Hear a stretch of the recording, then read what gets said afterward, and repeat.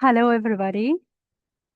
Um, it's actually a great honor and pleasure to welcome Professor Joan Shin, a truly inspiring leader in the field of English language education. Dr. Shin is a professor of education at George Mason University and serves as Associate Dean for Faculty Success in the College of Education and Human Development. Dr. Shin is recognized globally for her expertise um, in teaching English as a second of foreign language, ESL, EFL, and EAL to young learners and teenagers. Through her dedication, she has empowered thousands of English language teachers across more than 100 countries, providing professional development uh, programs and workshops that have transformed classroom around the world. She is also the series editor for several National Geographic Learning's most beloved English programs. Welcome to our world, explore our world and impact. These series have made English learning exciting, creative, and deeply connected to the real world. In addition, she is the author of the influential book Teaching Young Learners English, which continues to inspire teachers everywhere. And on personal note, I would like to share how proudly Dr. Shen's work has touched my own journey. I had the privilege of taking her teaching English to young learners course provided by the Regional English Language Office, RILU Cairo, of the U.S. Department of State. Her guidance and insights were incredibly beneficial and truly shaped my approach to teaching. And she has not only inspired me to pursue excellence in English language teaching, especially for young learners, but also deepened my love for both Korean and English language cultures. Her passionate creativity and global vision continue to remind us why teaching is such a powerful and meaningful profession. Please join me in giving me a warm welcome to Professor Joan Kanshin, an outstanding educator, author, and inspiration of teachers and learners around the world. Hello, Dr. Joan Kanshin.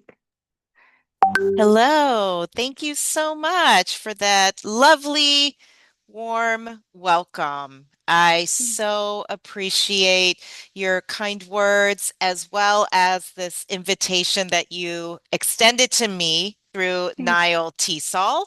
I think that NileTESOL Young Learners SIG, this is like a wonderful kind of event thank to you.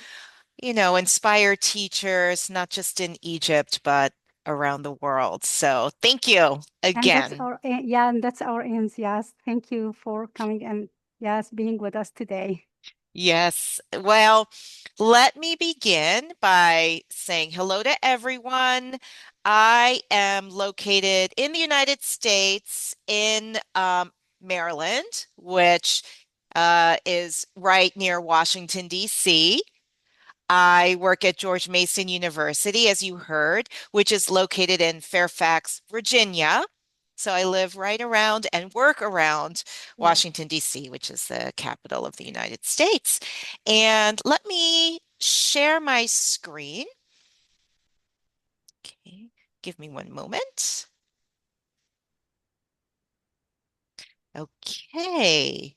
So I think now you are able to see the slides. Well, Yes, yes, okay, great. crystal clear. Wonderful. All right, so let me begin. This webinar is all about engaging young learners through songs. And I titled it Get Up and Sing because, as we know, young learners have a lot of energy. And so we want to get them up, use their voices, all while learning English. So, um, as a reminder, I love to use this quote as we think about how we are approaching teaching children. If a child can't learn the way we teach, maybe we should teach the way they learn. It's simple, but also so important, right? So if we are teaching in the classroom and we are not connecting our approaches to how children learn, then we're not going to be successful in the classroom, right? We know that children learn by doing and they learn through social interaction. So we want to bring in activities that get them to be active and give them an opportunity to engage in this kind of social interaction. Let me give you a little equation.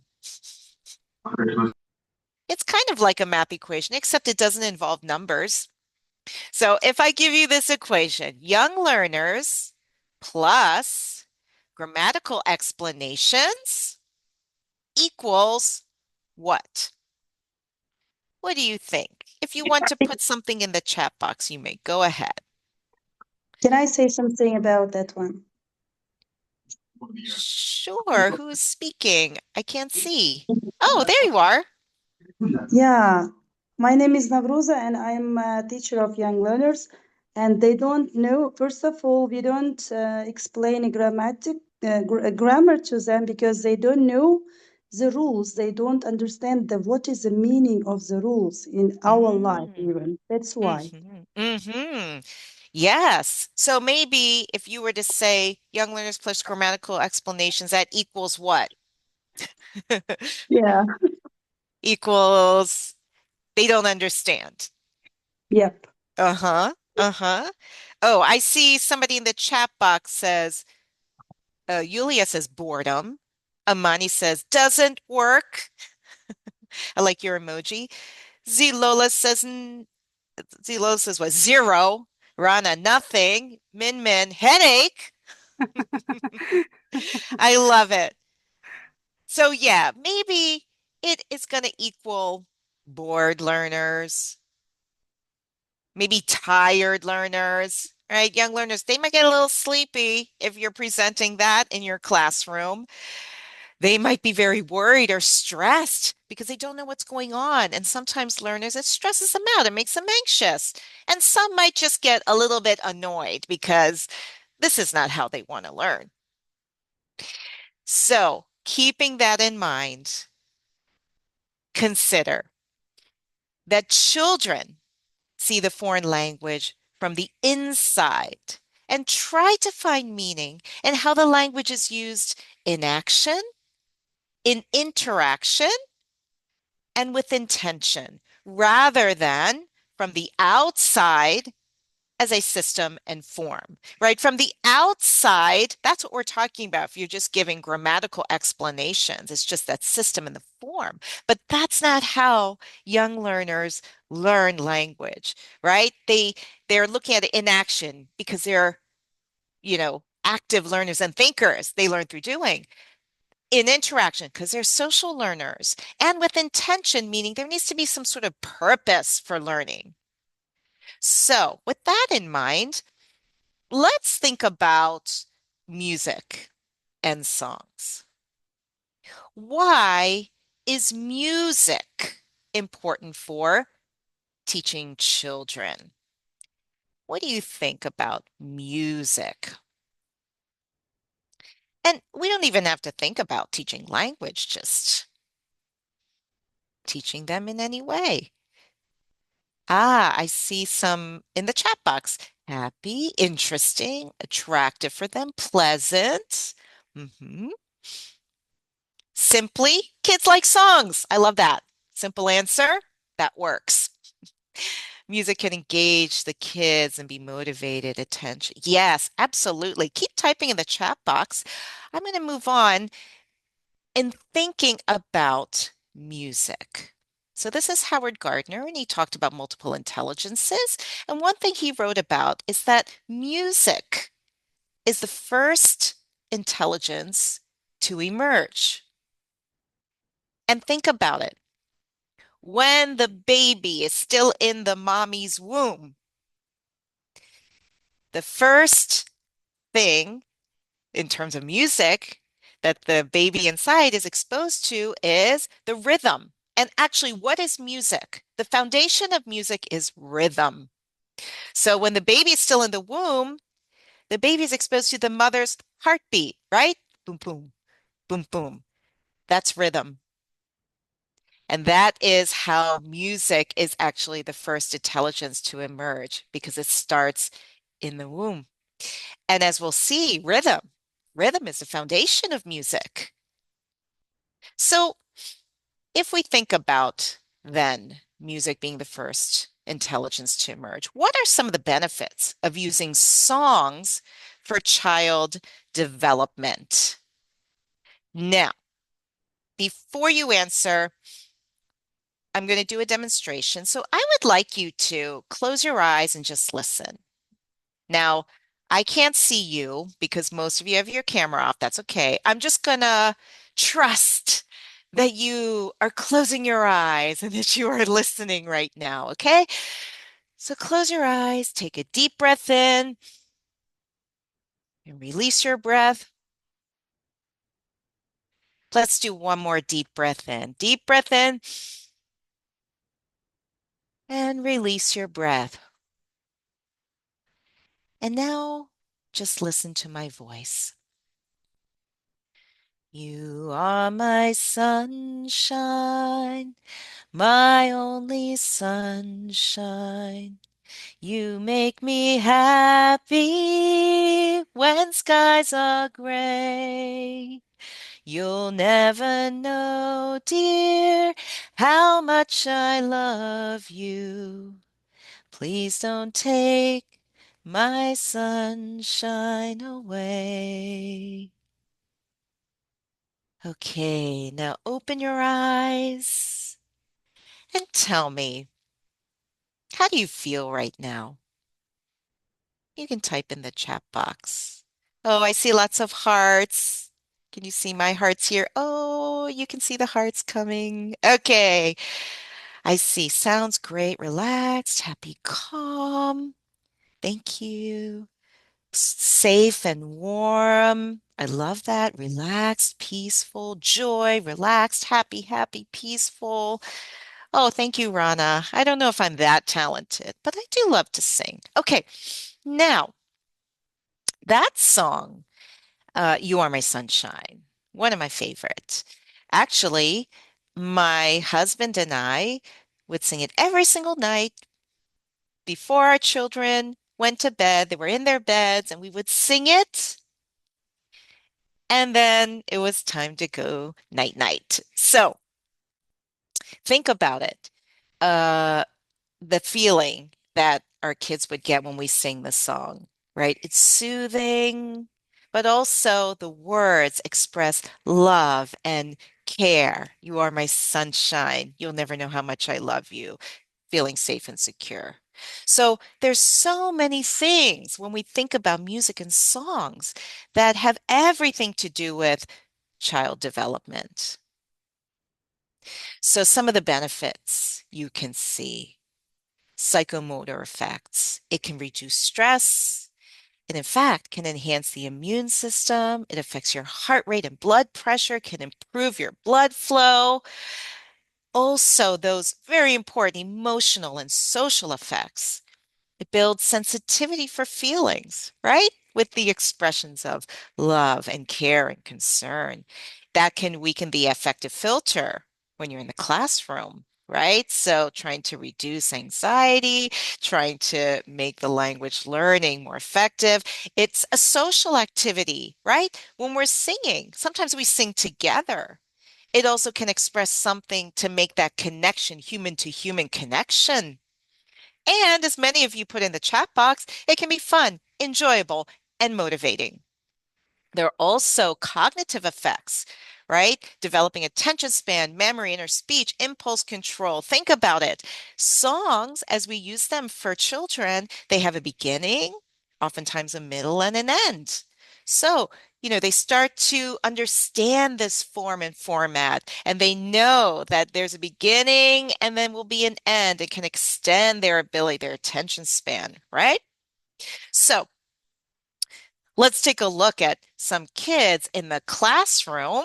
These are actually second graders in Mexico, and they were using a song. Take a look at the children in this video and see how they are interacting with this song.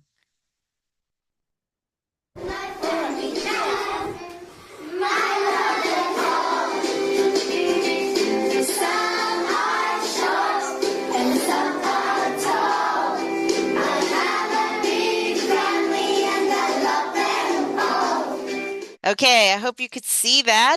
So sweet, right? They're like, love them all. Some of them were giving this emotion, right? With the emoji like this. Now my Zoom, I can make the hearts come out like that. It's awesome. Anyway, gestures, they can show, emotions with the songs. It helps them to connect. Okay, so now I want to introduce you to a great song, simple song that you can use in your classroom, and especially when you start a class. Okay, it's the hello song. First of all, this is real authentic language. Hello, how are you? I'm very good. Thank you very much. And you? This can be used as a routine when you start the class so that children, through that repetition, every class, they start to learn how to use this language. And it's, of course, fun. So there's gestures to it. So I'll do this song. I'll do it once, and then I'd like you to sing along with me. All right, it goes to a very familiar tune. It goes like this. Hello, how are you? Hello, how are you? Hello, hello, how are you? I'm very good. Yeah, I'm very good. Yeah. Thank you very much, and you. All right, why don't you try and sing it along with me? Even if you're muted, I'm just going to imagine you're singing with me. One more time. Hello, how are How are you? you? Hello, How how are are you? you? Hello, hello, how Hello, are how are you? you? I'm very I'm very good. good. Yeah, Yeah, very I'm good. very good. Yeah. Yeah, Thank you thank you very very much, and much. And you. you. Awesome. Oh, I heard some nice voices there. Okay, now maybe you want to expand your students' vocabulary and you can ask them how they are. It's such a good idea, right? To check in with students, see how they feel. And you can use something like called an emotion wheel like this. So it has all these emojis, and on there you can have an arrow that's pointed that you can rotate so that they can say how they feel. Okay, so maybe they are, I don't know, oh, I'm pointing at surprised. Can you see my surprised? Right? Maybe they came into class and they didn't know they were going to do a fun activity. So if you say, hello, how are you? And then say, instead of I'm good, you could fill in something else. I'm very blank. Okay, so instead of I'm very good, yeah, you could do another emotion, right? So if it's I'm very surprised, or if it's I'm very tired, yawn. Is anyone tired out there? Okay, so if you're tired, we can then put that in the blanks. So the song goes like this. Hello, how are you? Hello, how are you? Hello, hello, how are you? I'm very tired. I'm very tired. Yawn. Thank you very much, and you. All right, so you can put in another emotion and expand students' vocabulary. All right. Do you like the song? Uh, do you think you can use it with your learners? Okay, so we did talk about songs, so important, connecting with emotions, teaching your students. how to connect with emotions. And then, using something like this to teach more vocabulary to put into the song. All right. Now, let me ask you something. So, what are some of the benefits of using songs for language learning? Let me ask you that. Actually, think about it. And I'm going to have us sing a very popular song in English that I'm sure you know. And while we sing it, think about what are the benefits for language learning. Okay? I know you know this song, right? Yeah, let's sing it together. Goes like this. Old MacDonald had a farm, E-I-E-I-O. And on his farm he had some cows, E-I-E-I-O. With a moo-moo here and a moo-moo there. Here a moo, there a moo, everywhere a moo-moo. Old MacDonald had a farm, E-I-E-I-O. All right, were you singing with me? All right, we could do many other farm animals, but now we look at this and think about it. What are the benefits for language learning? What do you think? Oh, I see. Nadira, nostalgia. Yes. Mm-hmm. Okay. Yes. So they can speak after singing? Sure. Uh-huh. Learning the language is effortless, sure. Engaging, using songs, a creative way to encourage young learners to speak without hesitation, too. I love it. Motivation, builds vocabulary. Excellent. All right. So, benefits for language learning. Okay, first of all, you might be providing an authentic, meaningful context, right? Teaching them authentic language, introducing children to the target culture. Perhaps that's possible. Creating an enjoyable classroom atmosphere, providing opportunities to practice oral language. It also can increase vocabulary. It aids in retention and comprehension, and also can enhance literacy instruction. So when you're at this age, you are also teaching children how to read and write, and songs help to build that very important phonemic awareness of a language that is important as you're starting to develop that literacy. All right, now. Oh, I see more. Builds vocabulary, encourages students to be active, gives a sense of freedom, sense of satisfaction, no new words. Excellent. All right. So now that we've established that, let's look at some tips for using songs and music. All right. So I'm going to go through each of these 5 tips, and I'm going to start with use the rhythm. Okay. We'll go through each one. So you'll see this again. All right, so using the rhythm. Remember I said that music was the first intelligence to emerge, and that's, the foundation is the rhythm, right? The heartbeat. That is a foundation. So you can encourage your students to keep the rhythm using different things. And I love to use recycled materials. It's good for the environment. And you can collect things like cans, right? Or things like cups, and you can keep the rhythm, right? So let's say you have the desk, right? It could just be like, right? Or using, cans that you have. You can also engage children in rhythm through what I call bottle maracas. So you can put uh, uncooked rice. Very important, it's uncooked. Otherwise, you can't make the noise. Or even coffee beans, right? So you can put them in little things like this, or even cans like this. Okay, so depending on your learners and what they like, right? Now, let me take a look at what's in here. Oh, I have a few things in here. Oh, look, I had something in here. A little bottle, and there's coffee beans. Okay. All right, so that helps students keep the rhythm and keep them engaged. You can also simply use like boxes, right? And keep the rhythm just tapping, and you can use it too. All right, so encouraging students to keep the rhythm as you're singing. All right, now let me give a demonstration. Here's a song.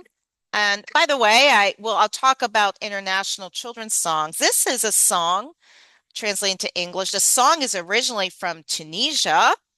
I Have a Ball. I think the song is called Ene Andi Kura. Okay, so it's all right. So I'm going to keep the rhythm. Now I want you to keep the rhythm too. You can tap or you can clap, but in this rhythm. All right. So it goes like this. I have a ball and it's the best. I have a ball and it's the best. You see how the rhythm also will help with the language learning.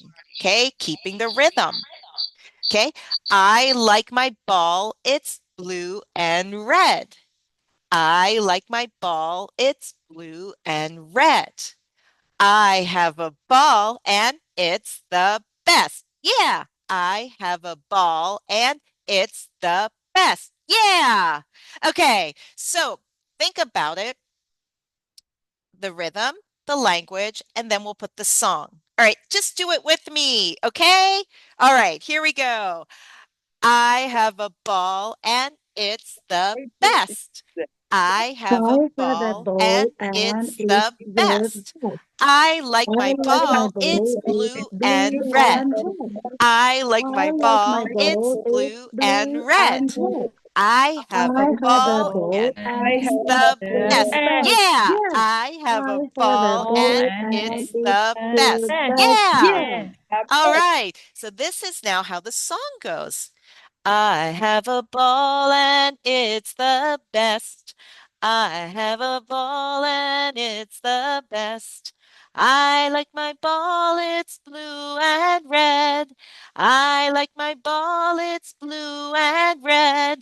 I have a ball and it's the best. Yeah, I have a ball and it's the best. Yeah.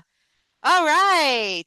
Now let's see if you can sing it with the music. Here we go.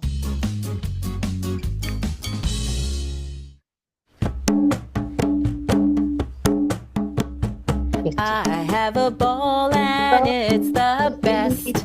I have a ball and it's the best. I like my ball, it's blue and red. I like my ball, it's blue and red.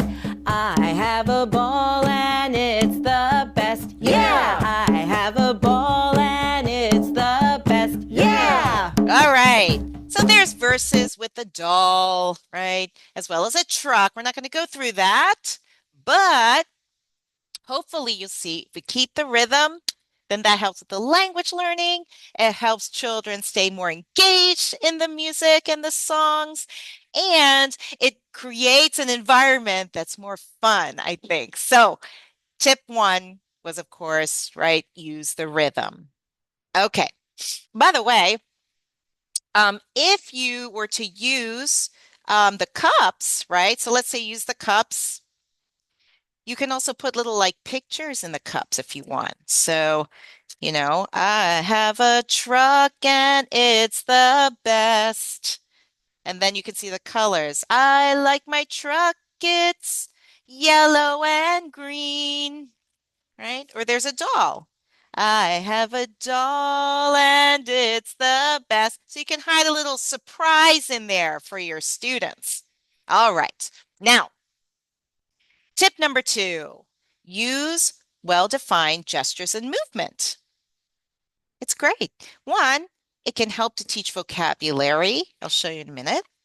It encourages student participation because they're involved with the movements. Sometimes when you're teaching children and they are not confident with the language yet, right? They are starting to learn the song. They can still do the gestures and it helps to support the learning. It can encourage student creativity. I'll give you an example of that. and can check comprehension of vocabulary when you have a defined gesture and aids in retention. Now, let me give you an example of this. So you saw that I had a song that was originally from Tunisia. I have a ball, but I made an English version. So I'll talk about it later. I was collecting songs from around the world and to use to teach and learn English. And so when I started, I asked my mom. She's now 80 something, but at the time she was in her 70s. And I asked her, Mom, what was your favorite children's song when you were a little girl? And my parents are originally from South Korea, so they're Korean. And so my mom said, Oh, my favorite song. It's a song, San Toki. Okay, so if you don't know, Toki is a rabbit, and San means mountain. Okay, so it's about a mountain rabbit. All right, so I'm going to just sing you the song. Okay, it's a Korean children's song, Santoki. Are you ready? Okay, so this is my mom. She's like, this is my favorite song. It goes like this, all right? Santoki toki야 어디로 가느냐 깡 뛰면서 어디로 가느냐. And then my mom was like, oh, I don't remember the second verse. And then she went like this with her hand. She went like this. And she said, oh, I remember. San gogedo. San is mountain. And her gesture, her body remembered the song before she could remember the words. And then the gesture reminded her of what the next verse was. Amazing. So talk about retention. If the gesture like this, which is mountain, is connected to the vocabulary word, it can actually help children to retain the vocabulary if they, right, are teaching, if the gestures are connected to that word. So I love this example because it shows even decades later, decades, because my mom is like 70 something. And then she said, oh, she remembered, right, the gesture to the song. Amazing. So important to have the gestures. Now, let's take a look at a gesture like this, like the weather song. Are you familiar with the weather song? Okay, so let's think about the gestures for the weather song. Okay, so let's say we want to do sunny. Actually, some people have their video on. Show me, how would you gesture sunny? Can you give me, if you're on video, can you give me a gesture for sunny? What would you do? I like this. Okay. I see like that. Maybe, Okay. maybe like Okay. that. Thank you. Sure. Okay. So this is sunny, everyone. What about cloudy? Oh, I like that. Shruk, Ashraf. Like this? Okay. Rainy? How rainy? Like this? Nodira. I see you, Nodira. Like this. Okay. Like this. Snowy? Is it snowy where you are? Not so much. What would you think snowy? You don't know? Okay. How about like this? Like, oh, it's so cold, snowy. All right. How about windy? Show me windy with a gesture. Ooh, I like that, Nadir, like this. Okay. All right. So if we sing the song sunny, I think cloudy, rainy, snowy, windy. All right. All right. Now, I'm going to now sing the song with the gestures. Please follow along with me. I need a student's name. Student. Okay. So, Nodira, since you're at the top corner, we're going to put Nodira's name in it. Okay. So the song goes like this. Everyone sing with me and then do the gestures. What's the weather? What's the weather? What's the weather like today? Tell us, Nodira, What's the weather? What's the weather like today? Is it sunny? Is it cloudy? Is it rainy out today? Is it snowy? Is it windy? What's the weather like today? Okay, Nadira, tell us, what's the weather like today where you are? Can you show us a gesture? What's the weather like? Ah, it's sunny where you are. Okay, by the way, see how you can use gestures? She didn't even have to unmute, but she told me it's sunny where she is. Okay, so by the way, notice this song. You put a student's name, the student has to answer. We have gestures. You can check comprehension, by seeing if the gestures match. All right, so I mentioned that also this promotes creativity for students because you can ask students to show with their bodies, with gestures, what, the words should look like, right? So sunny, what does it look like to them? Cloudy, what does it look like to them? They're connecting their understanding of the new words to gestures.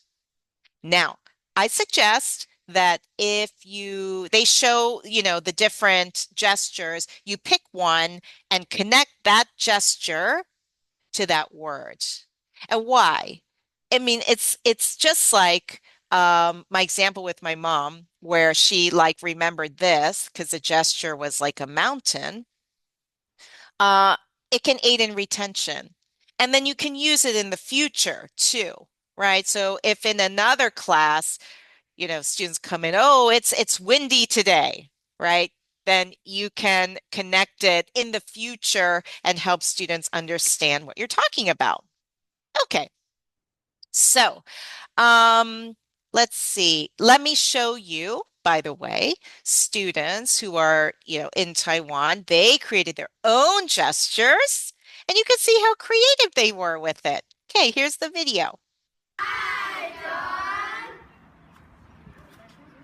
What's the weather? What's the weather?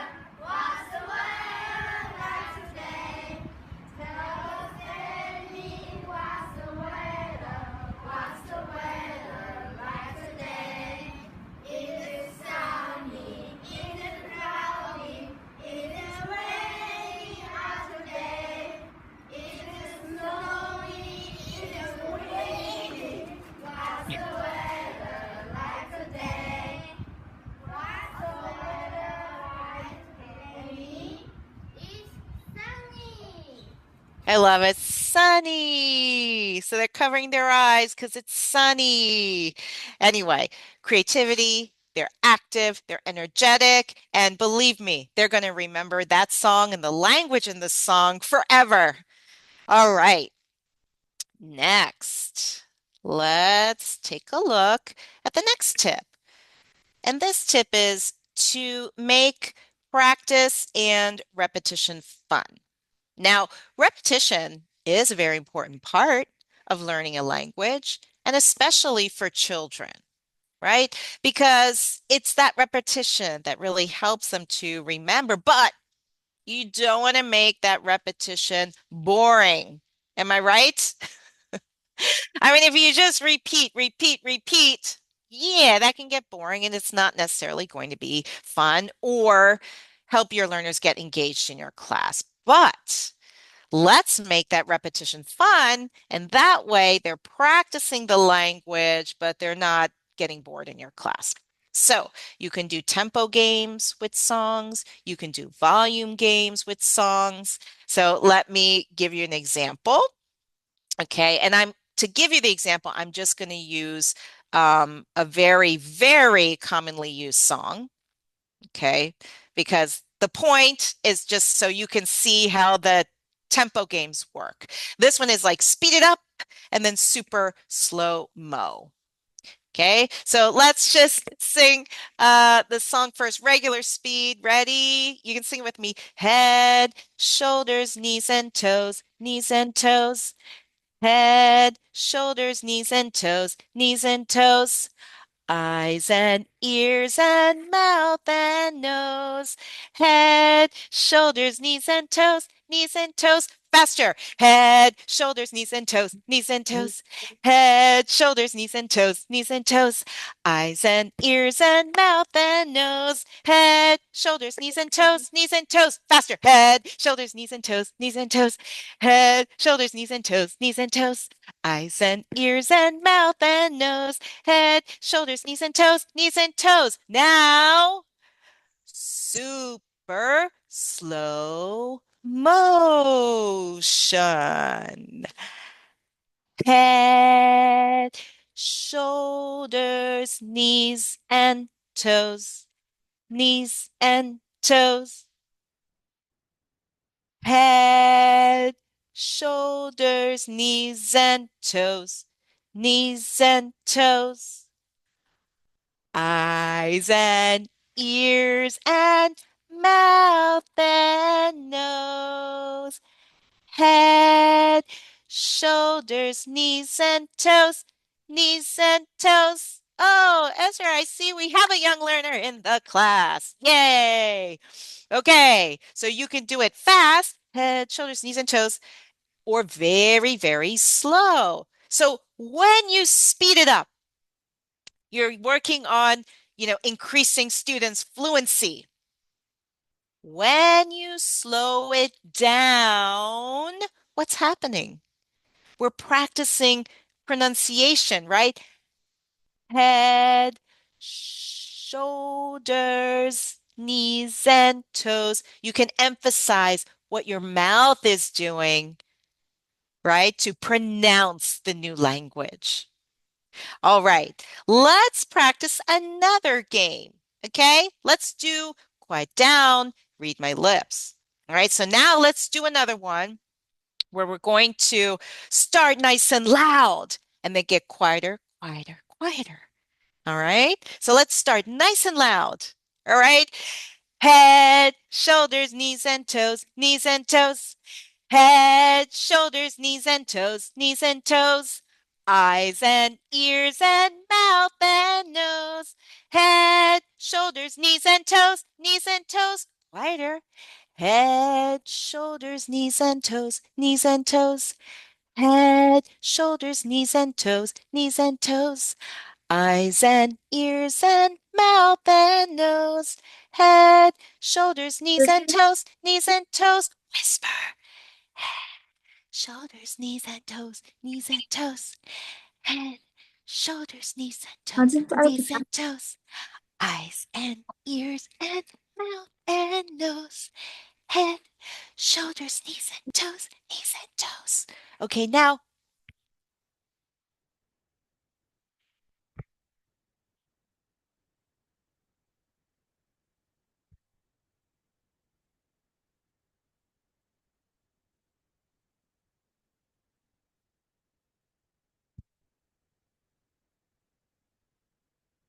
Okay, some of you might have thought, oh, she's still has mute on. No, I wasn't making a sound because we were doing the read my lips. Okay, so why do we do that? It's similar to when you slow down, when you do the read my lips, students have to really enunciate the words using their mouth. So again, it can emphasize, right, working on pronunciation and enunciation, but you are just using your instead of saying it out loud. Also, classroom management tip for working with young learners. Best to start loud and then end up quiet rather than the opposite, because young learners can get a little out of control if you just get louder, louder, louder, louder, and you don't want a classroom full of screaming children. Okay. So some of those are games. It makes repetition fun, but also you can work on things like fluency, work on pronunciation, work on enunciation, and all of that is good for language learning. Okay, next. Um, this is for a little bit older learners. right? So I did see a comment in the chat box earlier about what about if you have learners that are like 8 years old or so, right? They're not going to do the nursery rhymes or the children's songs, but you might have songs that are more sort of modern for older kids. Let's say you are working on, animal habitats, and this is just an example of also like how you can use the repetition from a song in order to practice language and make the language learning more fun and interesting. Okay, so this is the song. It's called Why and Because, and I'm only going to play you a part of it. You might use other songs in your classroom, but here I'll show you how you can use this song in order to practice language and grammar. Okay, here we go.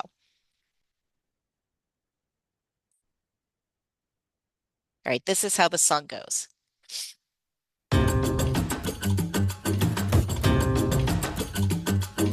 Why does a giraffe have a long, long neck? Why? Why? Because it eats leaves at the tops of the trees.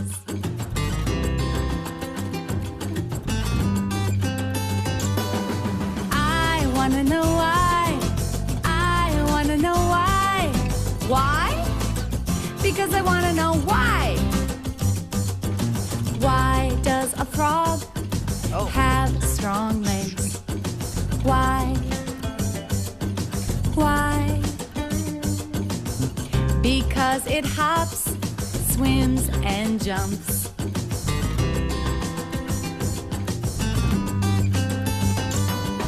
I wanna know why. I wanna know why. Why? Because I wanna know why. All right, so that's the segment of the song. I love it. It's so cute. And by the way, kids that age, they want to know why. So, you got to have some good explanations for them, right? Okay, so let's say you have the song, you can use it to practice the language. So let's say here's the lesson. You're talking about why and because, right? Why does a giraffe have a long neck? Because it eats leaves at the top of the trees. Why don't you like penguins? Because they look silly and they can't fly. Okay, so it's just a why and because. So, oh yeah, so this song is from Our World. That's one of the book series that I've worked on as a series editor for National Geographic Learning. Now let me cross that out. All right, so let's say you have this typical textbook activity. You're going to match, right? Why do jaguars have spots? Can you see the choices? What's the answer? A, B, C, D, or E? Why do jaguars have spots? Because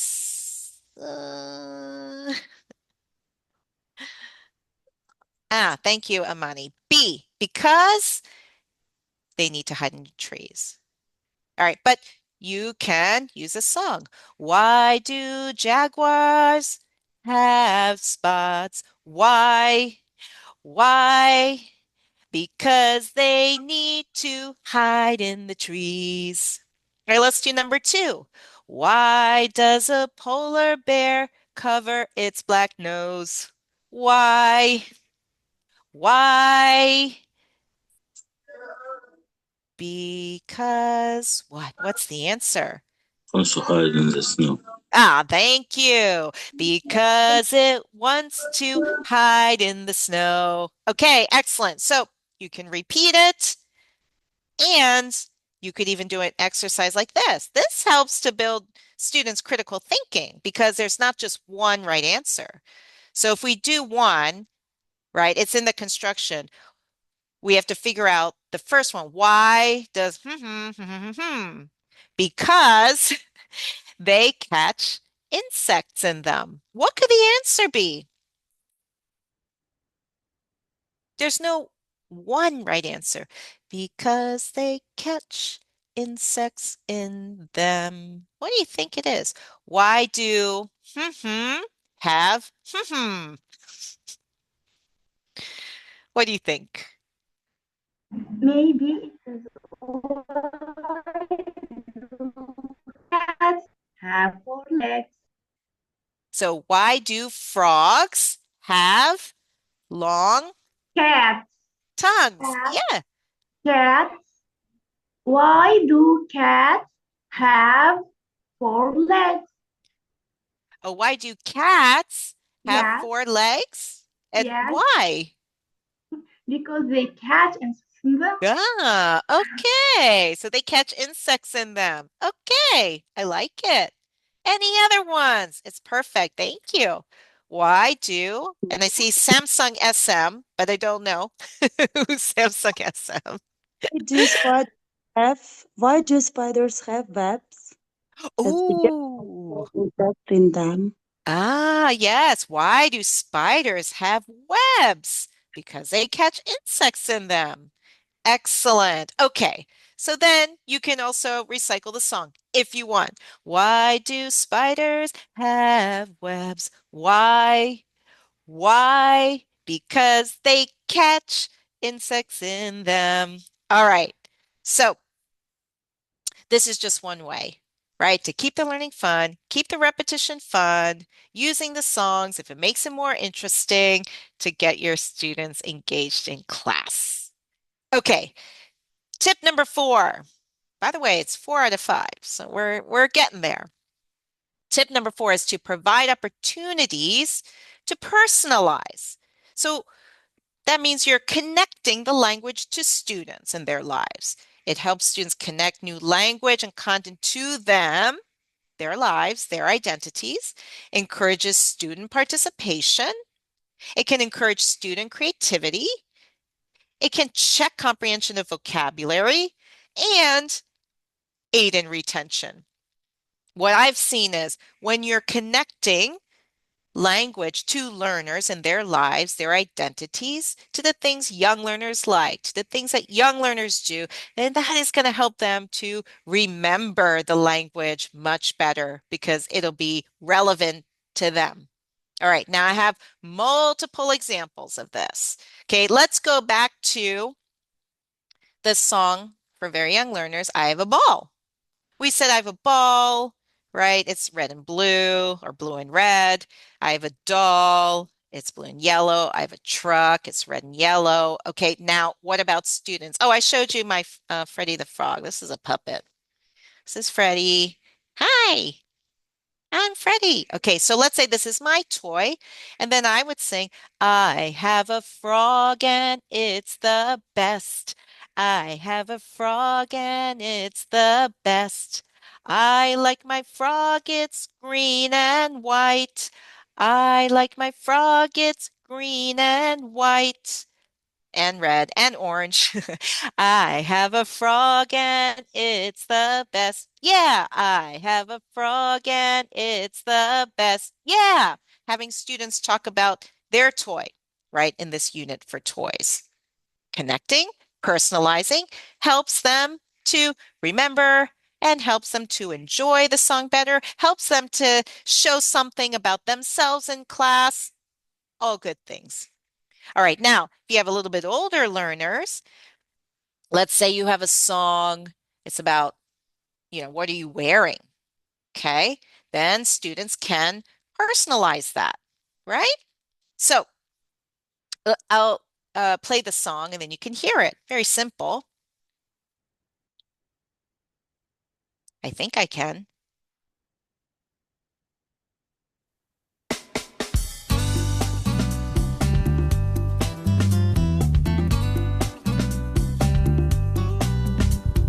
What are you wearing? What are you wearing? I'm wearing my brown shoes, and I really like them.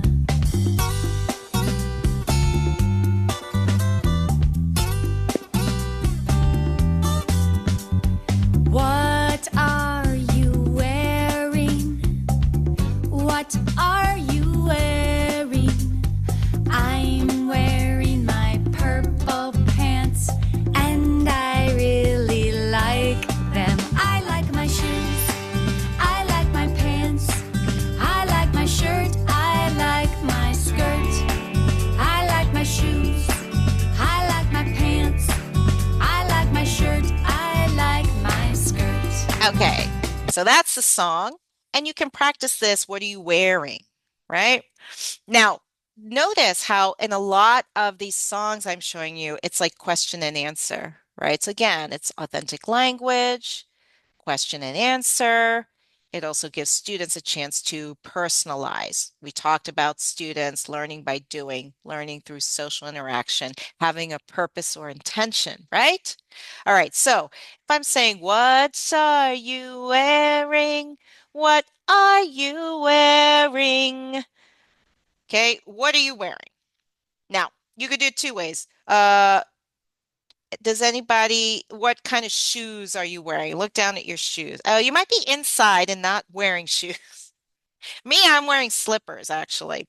Okay, so let's say it's black shoes. You might say to students, you might look around because maybe some students don't want to sing it alone, right? So you notice, oh, many students are wearing black shoes. All right, who's wearing black shoes? Okay, and then they can sing the next verse together, right? What are you wearing? What are you wearing? Okay, if you're wearing black shoes, I'm wearing my black shoes and I really like them. All right. Or, oh, look, did you see my woo? Every time I do this, it does that. They has something else for like if I go like this. There we go, confetti. Woo! Okay. So you can also take a look. Many students are wearing a white shirt. You could do the same thing. What are you wearing? What are you wearing? White shirts. Everyone with a white shirt. I'm wearing my white shirt and I really like it. All right. So personalizing it. Such an important part of the language learning process. So they say, oh, I'm wearing a black t-shirt and I like it. I'm wearing my brown shoes and I like them. By the way, it also practicing the them and it, the pronouns too, right? So you're making sure they're wearing their, uh, you know, black pants. They really like them. They're wearing a white shirt. They really like it. Another thing you can reinforce through song. All right. Now, this is one of my most popular and famous songs, and I've done this all around the world. And I wanted to make sure if there's anybody here today that doesn't know it, we're going to learn it. Now, the peanut butter and jelly song is a very, very American song. It's really fun to sing and to do movements too. Here you can, access the YouTube song if you want to. You could just put like peanut butter and jelly song, Joan, Kang, Shin, it'll come up. All right, so song goes like this. Okay, and remember, we're in tip number 4, which is to personalize. And so that's what we're going to do with this. All right, so just to make sure everybody knows how to make a peanut butter and jelly sandwich, I'm going to teach you. Okay, so everybody, what are these? Okay, these are peanuts. By the way, I could use a flashcard. Okay, these are peanuts. To make peanut butter, here's peanut butter. First, you take the peanuts and you go like this. You crunch them. You crunch them. All right, so pretend you have peanuts in here. Okay, now how do you make peanut butter? You crunch them. You crunch them. All right, so everybody do the motion, right? First, you take the peanuts and you crunch them. You crunch them. All right. Next, to make peanut butter and jelly sandwiches, you need to take some of these grapes. Grapes. Okay, and then you're going to go like this to the grapes. You're going to squish them. Squish them. Okay, and that makes grape jelly. Okay, so now you have some grapes in your hand. How are you going to make grape jelly? Go like this. Okay, so then you take the grapes and you squish them. You squish them. Next, you're going to take a piece of bread. Okay, you're going to take a piece of bread and you're going to spread it. Okay, and that looks like this. Okay, so first take the peanut butter and you spread it. Then you take the jelly and you spread it. All right, so take your hand. This is your bread. Okay, then you take the bread and you spread it. You spread it. Okay, then you put another piece on top and you make the sandwich. All right, so what do you do with the sandwich, people? You eat it. Eat it. All right, so the next part is then you take the sandwich and you eat it. You eat it. All right, people, now we are ready to sing the song. Okay, so when you sing the song, okay, you do a motion like the peanut, peanut butter, and jelly. Okay, so you're going to pull it up and then pull it down. All right, so I'm going to sing it. Just follow along. Goes like this. Peanut, peanut butter, and jelly. Peanut, peanut butter, and jelly. First, you take the peanuts and you crunch them. You crunch them. First, you take the peanuts and you crunch them. You crunch them. Peanut, peanut butter, and jelly. Peanut, peanut butter, and jelly. Then you take the grapes and you squish them. You squish them. Then you take the grapes and you squish them. You squish them. Peanut, peanut butter, jelly. Peanut, peanut butter, and jelly. Then you take the bread and you spread it. You spread it. Then you take the bread and you spread it. You spread it. Peanut, peanut butter, and jelly. Peanut, peanut butter, and jelly. Then you take the sandwich and you eat it. You eat it. Then you take the sandwich and you eat it. You eat it.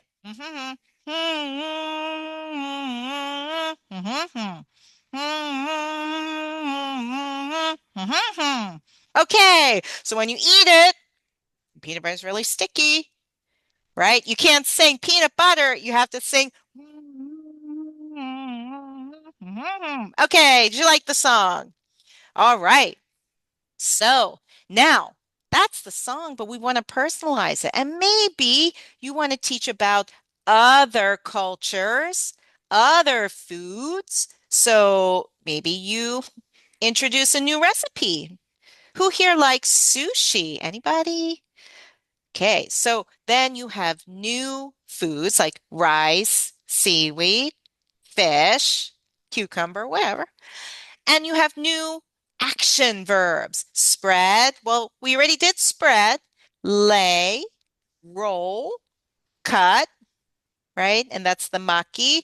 And then you dip. Okay, so when you teach a new recipe, you can put it into the same format and make a new song. So this is the maki maki sushi with soy sauce song. All right, so everybody sing it with me. Maki maki sushi with soy sauce. First, you take the rice and you spread it. You spread it. Then you take the fish and you lay it. You lay it. Then you take the seaweed and you roll it. You roll it. Then you take the maki and you cut it. You cut it. Then you take the soy sauce and you dip it. You dip it. Then you take the sushi and you eat it. You eat it. Okay.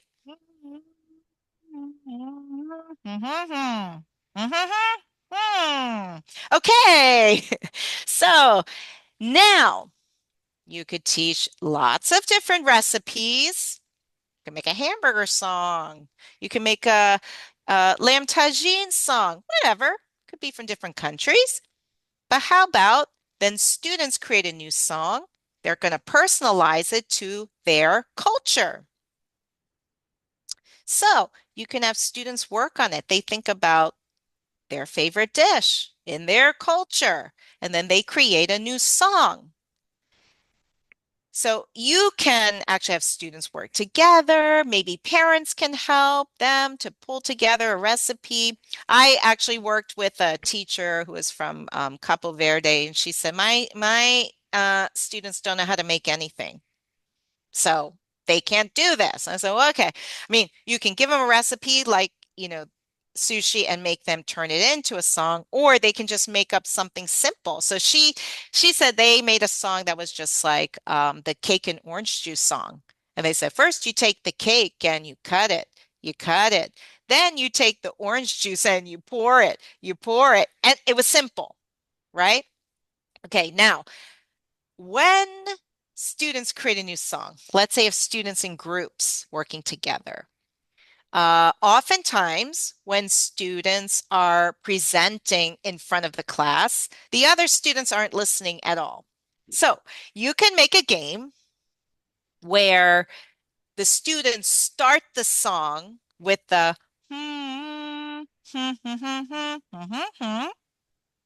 and then they do each the song line by line, and then other students have to listen and guess, what is this dish? All right, so let me give you an example. All right, everyone, let's just sing the song.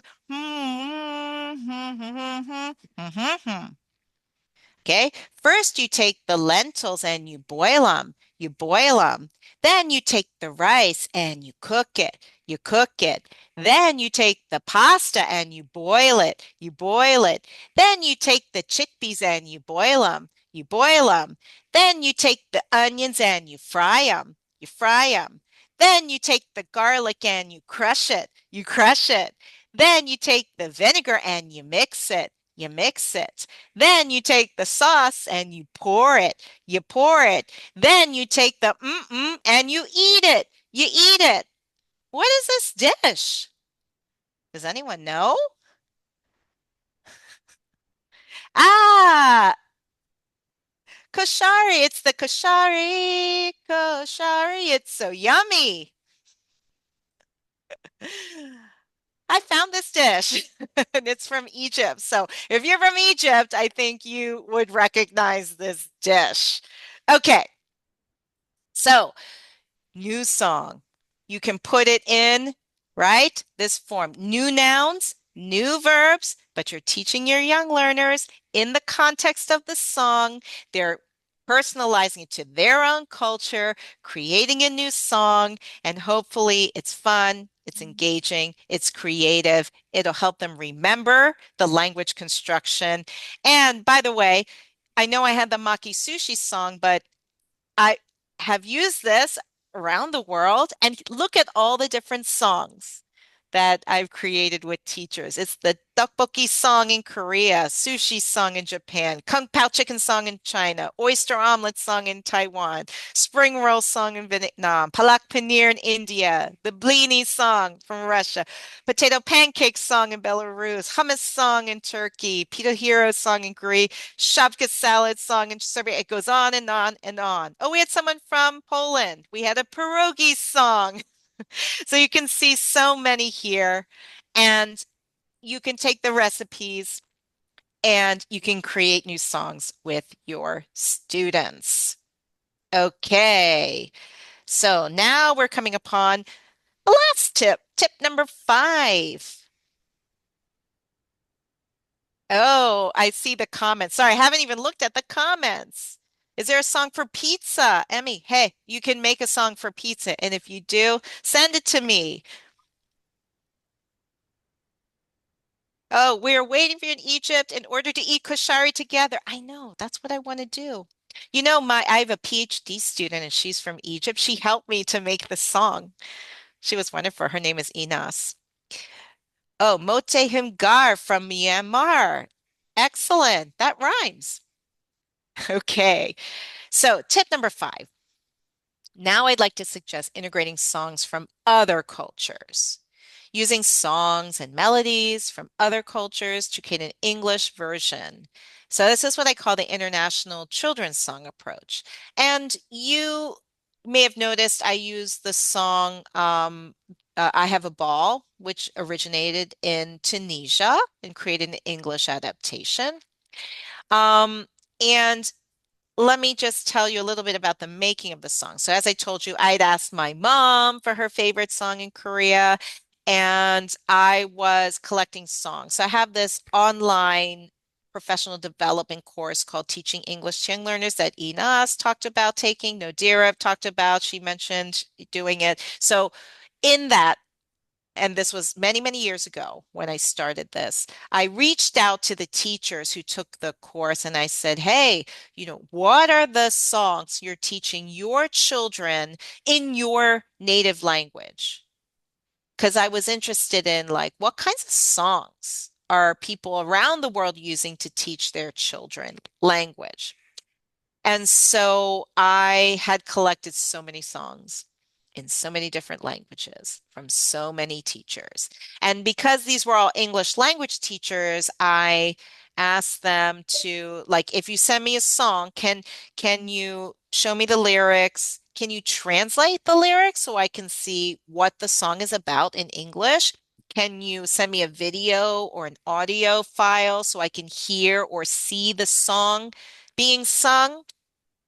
And a lot of the songs had gestures. And so, yeah. So as I was collecting all of these songs, I realized that these children's songs around the world had a lot of things in common. And what do you think some of these things were in common? Tell me what you think the songs had in common. Hmm. You can put your ideas in the chat box if you want. Ah, melody, sure. Rhythm. Thank you, Oksana. Okay. Now, music. Sure. Simple words. Yeah, simple words because it's for children, right? They were fun. Sometimes they were fun and funny. Rasha, thank you. Repetition, rhythm, rhyme, folklore. Ah, yeah. Easy to remember. Energetic vibes. Love it. Imagination, sure. So here are some things that I found in terms of themes, right? They tended to be short and repetitive because it's for children. They had simple melodies and they often rhymed in some way. They were catchy and easy to remember. Some were time tested and have engaged children for generations. Um, Many had corresponding body movements that developed children's motor skills.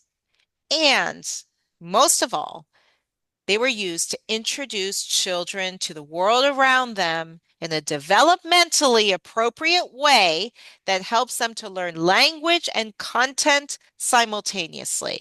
It was a natural way to learn both about the world, but also connecting the language to it. All right. So, um, one of the songs that I found kind of gave me this idea to use the songs to teach English. And I'm going to play it for you now. And this song is actually Turkish. So if you don't understand Turkish, then that's okay. Just listen and see if you can figure out what the song is about. Okay? All right, here we go.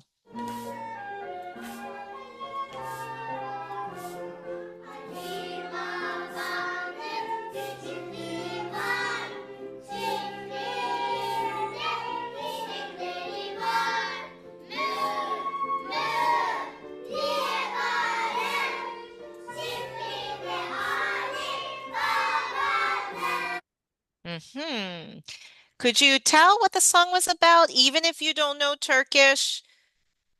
Maybe you heard. It's not the national anthem, but I like that guess. I like it, Rasha. Okay. Thumbs up to you. If you're happy, no. Oh, Dania Sami, you said animals. Why did you think animals? Oh, McDonald, not quite, but you know what? You're onto something, Nadira. Why animals, Dania? Because it is. You heard something like moo. Okay, let's listen to it again. Okay? And listen for the moo.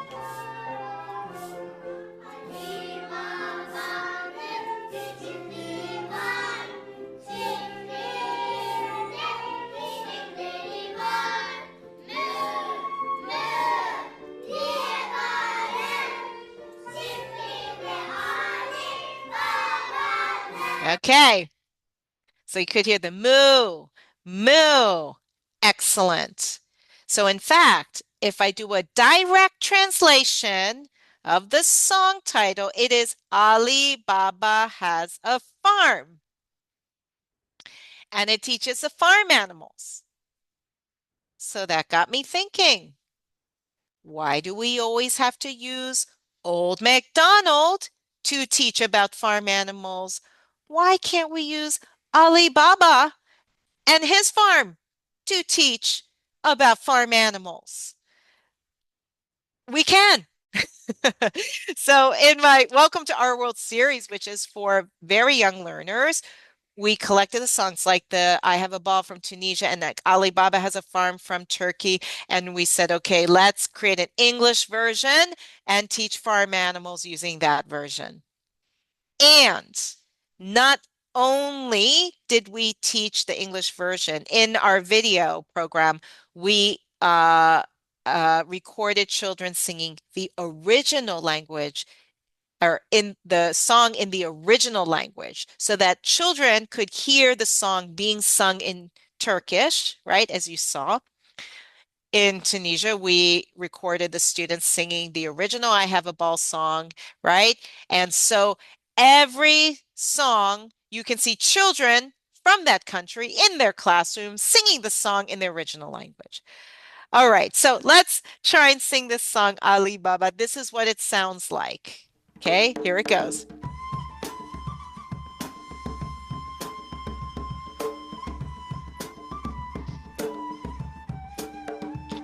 You can hear the song using a traditional Turkish reed instrument.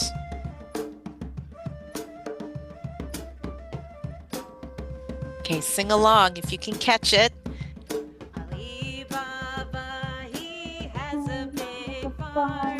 On his farm there are 7 cows. 1, 2, 3, 4, 5, 6, 7 cows. Moo. All on Ali Baba's big farm. All right. Ali Baba. So it goes with other farm animals, right? So this is the birth of this type of approach, international children's song approach. So we went all around the world. We went to Mexico. Yeah, and you see the children in Mexico singing a traditional song. We went to the Czech Republic. We went to the Philippines. We went to India. We went to the UK. We went to Trinidad and Tobago. We went to China. We went all over to try to get songs that are from all different countries. And by the way, we also had an adaptation of the peanut butter and jelly song, but because peanut butter is something that is not common around the world, we wanted to make an adaptation of that song using ingredients that could be found in other countries so that, teachers could actually make the dish. So this was the song we used in the series instead of the peanut butter and jelly song.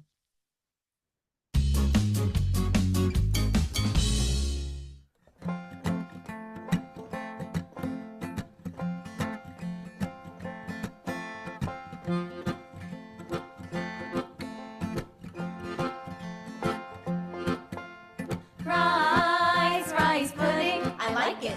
Rice pudding, I like it. First you take the milk and you pour it, you pour it. First you take the milk and you pour it, you pour it. Rice pudding, I like it. Rice pudding, I like it. Then you take the sugar and you mix it, you mix it. Then you take the sugar and you mix it, you mix it. Rice pudding, I like it. Rice pudding, I like it. Then you take the rice and you cook it, you cook it. Then you take the rice and you cook it, you cook it. Rice pudding, I like it. Rice pudding, I like it. Then you take the egg and you beat it, you beat it. Then you take the egg and you beat it, you beat it. Rice pudding, I like it. Rice pudding, Then you take it all and you mix it. You mix it. Then you take it all and you mix it. You mix it. Rice, rice pudding, I like it. Rice, rice pudding, I like it.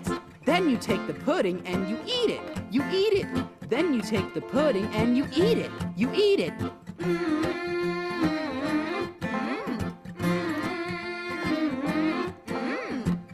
Love it. All right.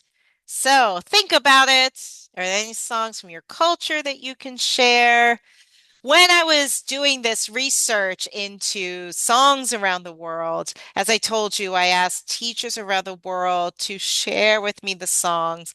At the time, I'd created a community on Facebook, and I'd asked teachers to, and it was called the Songbirds Project, right? So I wanted to bring people around the world together through traditional children's songs and use English as a global language to share traditional children's songs from around the world.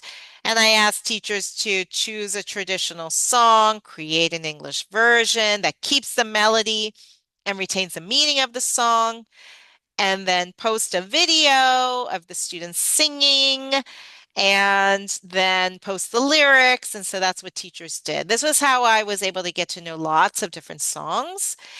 And by the way, when I said create an English version that keeps the melody and retains the meaning and the feeling of the songs, and it's because, like when you do a translation of a song, sometimes it kind of messes up the rhythm of the song. And the whole point about the children's song is it's catchy, right, with the rhythm. So instead of trying to just like fit a direct translation into the rhythm, I think you need to take some creative liberties in order to make the song something singable and attractive. So actually, one of the songs that was in the Russian language is a song about baking pies, honey cakes. So here's what was posted, and it's just so adorable, I had to share it.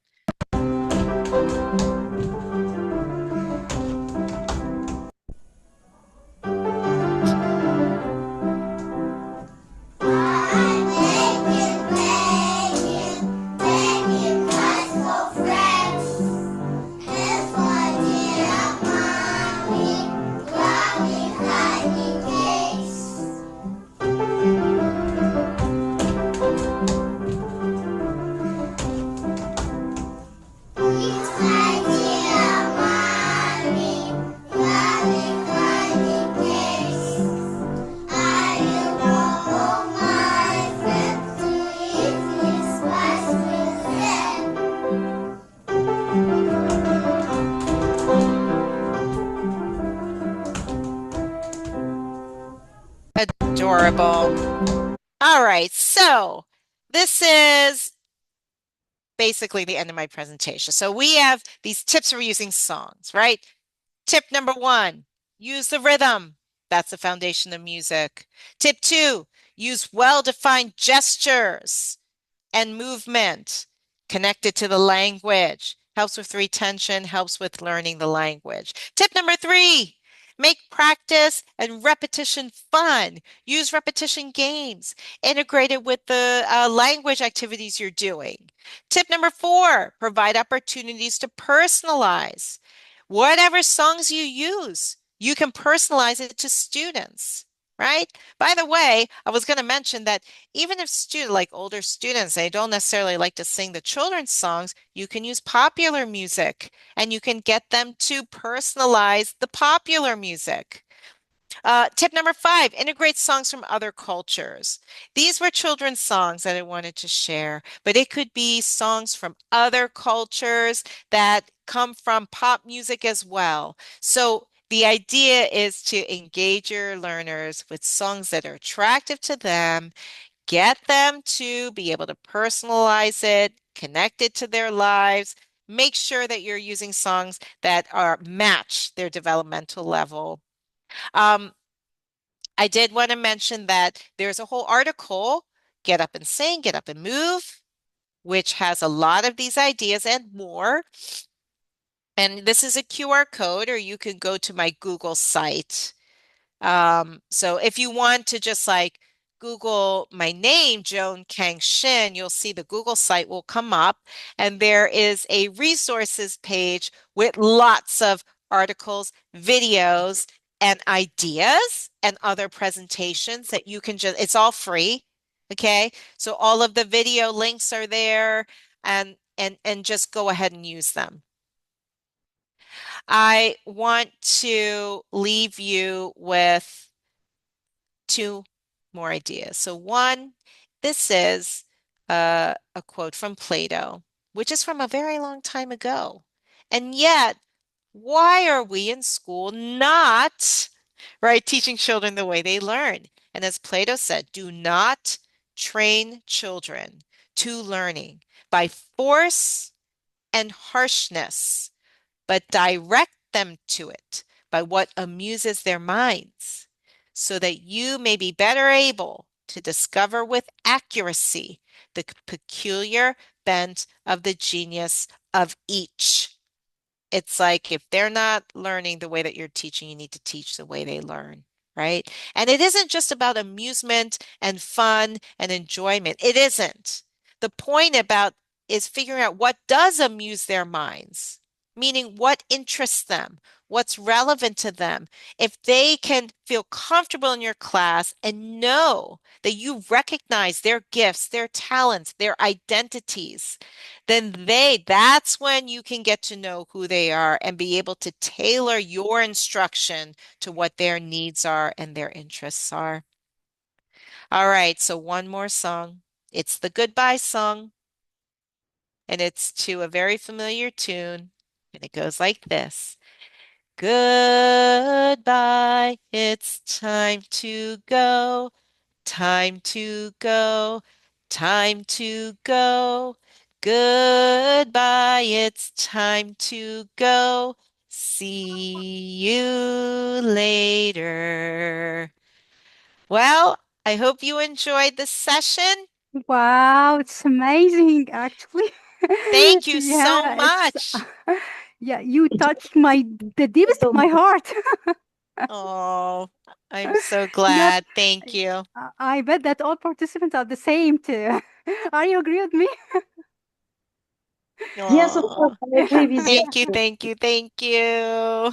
Thank you for the informative session and the helpful and enjoyable session, Yes, Dr. Joan. yes, Yeah. exactly. Thank So, you. yes, on behalf of all the participants, I'd like to express my heartfelt gratitude to Professor Joan Kanshin for such uh, fantastic, amazing session Thank today. you. Yeah, it is not only informative but also deeply motivating. And actually, I appreciate your time, your effort, and your passion you put into preparing and delivering this talk. It's um, I don't know what to say, but I can Thank feel you. that you can get my feelings through this session. Yeah, that's a wonderful session. And actually, I would like to thank all the NileTESOL board for preparing and for their support to get this session into life. I would like to thank Ms. Basma Da and Dr. Habashi, Dr. Amir Arfan, and Dr. Amani Safwat for their support and get such a wonderful presentation and session. Thank you, thank you, thank you, Dr. Joan Kanshin, for such a great session. You inspired us actually, and I don't know what to say. Thank you. Yes, I appreciate it so much. Thank you our also to hearts. NileTESOL. This was a wonderful experience for me too.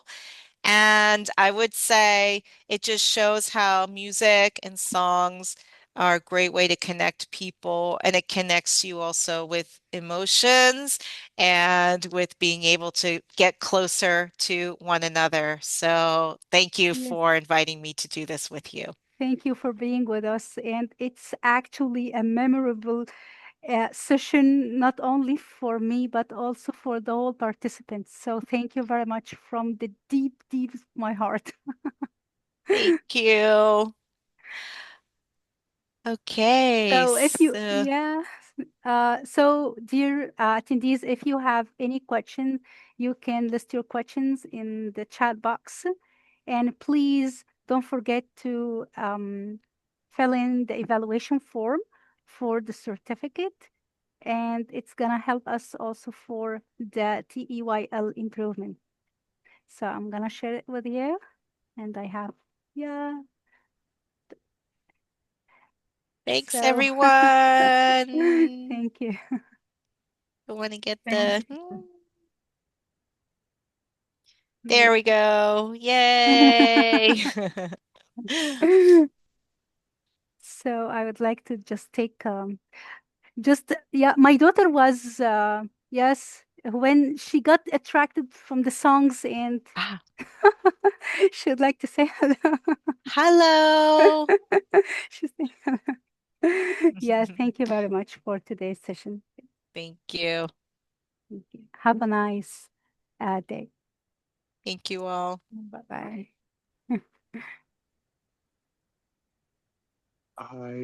Okay. Have a good day. I don't know if you have time, but if you do, so I had a question. Yeah, of course. So, Mr. Muhammad Okay, Hani? actually, I was Yeah. asking about this like this. Yeah, exactly. So actually talking about songs and so on, I'm really interested in that. I used to do that with even with adults and courses and so on. But when it comes to school, I teach We couldn't got. grades 8 to that. I don't know, but if I talked about a song and so on, if I'm trying to use this method, they will be like, Mr. We're not kids anymore. So Mm-hmm.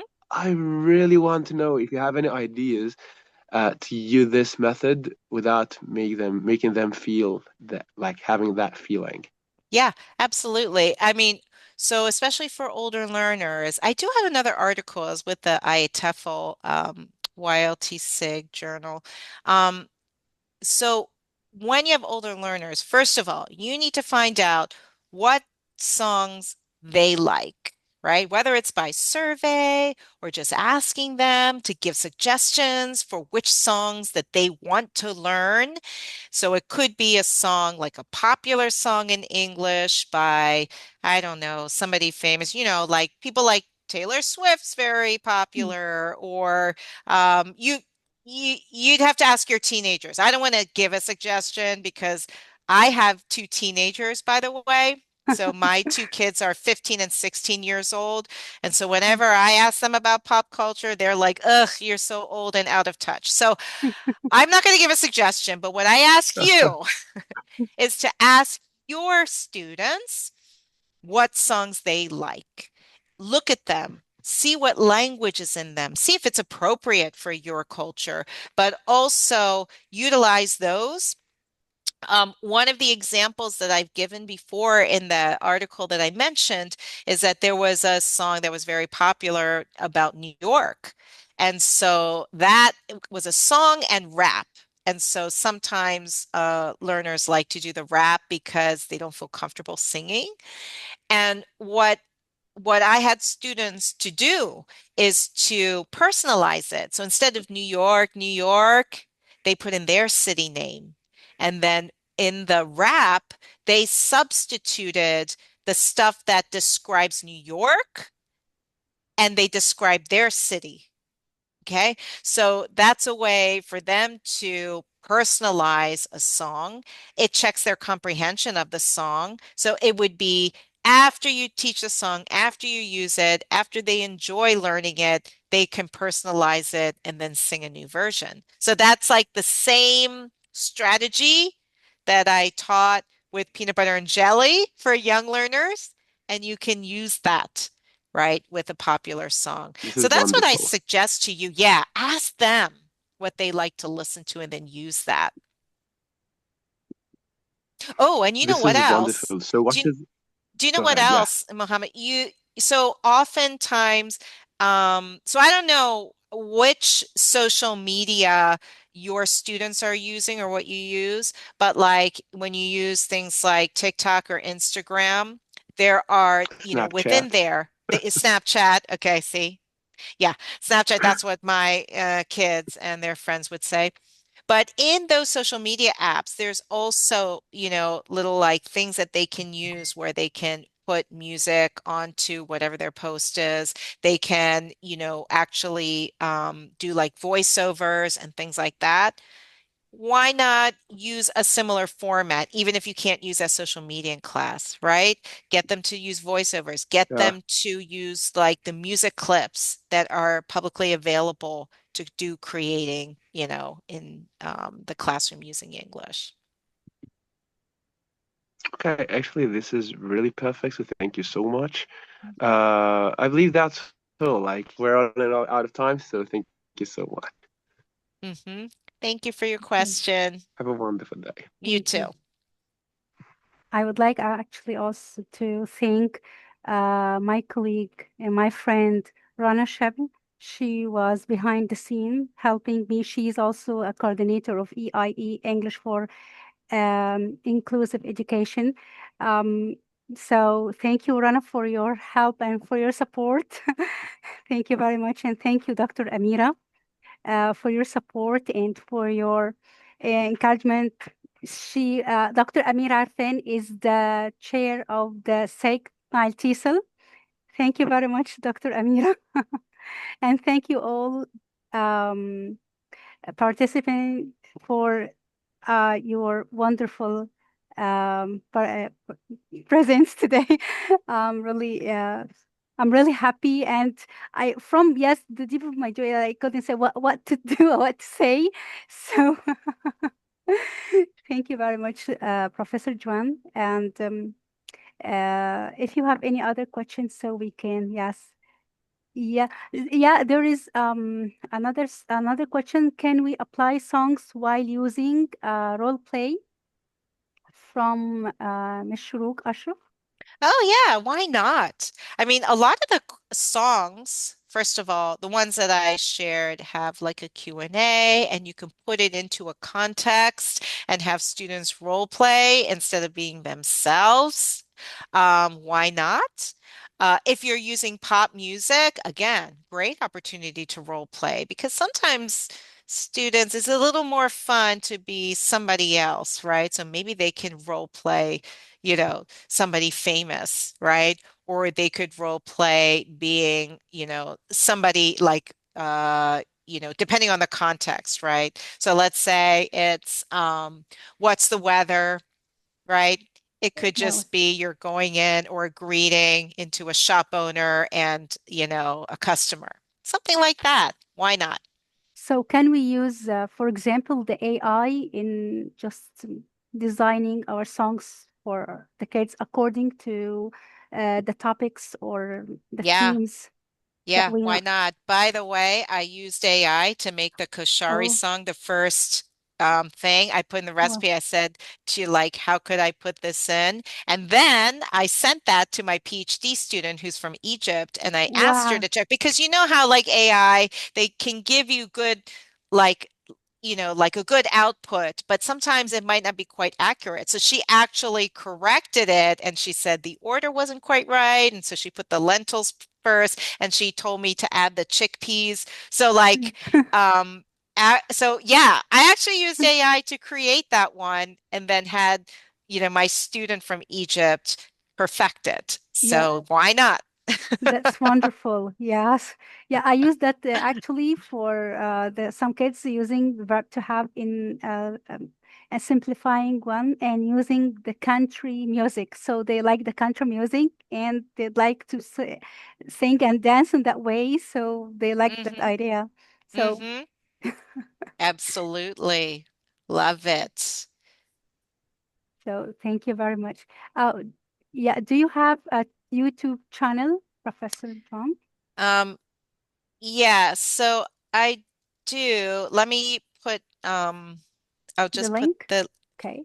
well, yeah, so let me put the link to my resources page. That might be easier. Give me 1 second. Okay, so on this resources page, that's where a lot of videos on YouTube are. And so I do have a channel, but I actually post more videos on it's called TEYL. So it's a Yes. TEYL channel, and we have so many PD videos connected to that there. And those are related to some of the PD programs that we've developed. So I would say, well, actually, Nadira's here. She did the ESN program. We posted those videos that on that channel as well as a channel about English for media literacy for educators. So it talks about using media. Yeah, so check that out. There's a lot of resources there. Okay, so go to that Google site and just use it all. It's all free. Yes, so thank you very much. And Dr. Amira is thanking you here, stating that this is an awesome session, engaging presentation and informative content. So thank you. Thanks. Yes, on Thank behalf, you. yes, of the TEYL SIG and the NileTESOL for such great contributions, helping our ELT community, not only in Egypt, but also all over the world. Thank you very much. Thank you. Thanks, you. everyone. Thank you. Thank you. Bye-bye. Thank you. Bye-bye.